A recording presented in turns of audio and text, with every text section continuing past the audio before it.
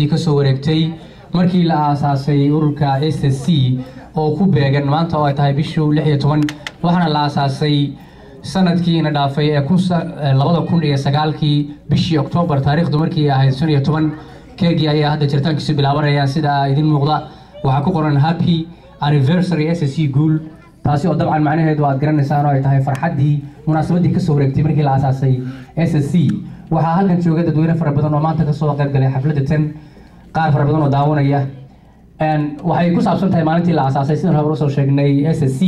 taasi oo u taagan midnimada Soomaaliya iyo dhulka Soomaaliya la kala goyn SSC waxa ay qayb ka tahay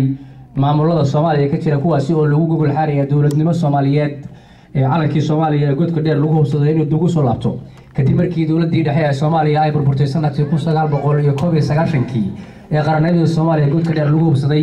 ayaa qaar kamid ah gobolada Soomaaliyeed waxa ay u diyaar garoobeen inay saabulaan oo nidaam siyaasi ah mid bulshada ay sameeyaan SSC-na waxay kamid tahay natiijooyinkii ka soo baxay dadaaladaasi dadweynaha Soomaaliyeed ee ku kala dhaqan gobolada Soomaaliya ay ku doonayaan inay isku soo aabulaan si ay u sameeyaan dawladda federaaliga haatan ayay noo bilaabanaysaa waxaan inoo bilaabaya Cabdiraxmaan Caydiin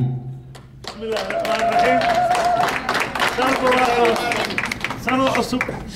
سنة بدن عصب وخير قوة برواقة بسم الله الرحمن الرحيم سنة كذا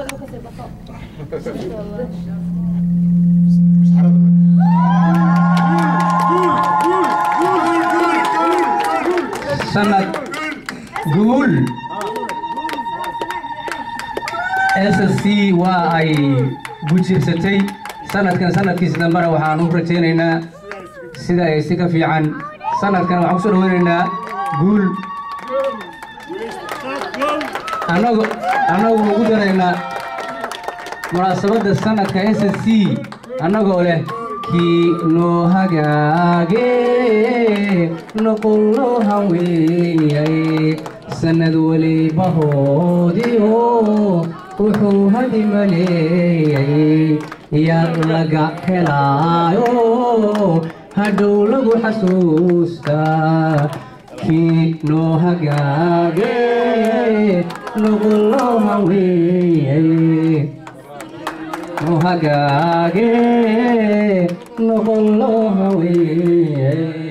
سند ولي بهوديو وحوهدي ملي يا لقى هلايو هدو لغو حسوستا نوهاجي نقول هوي كي نوهاجي نقول هوي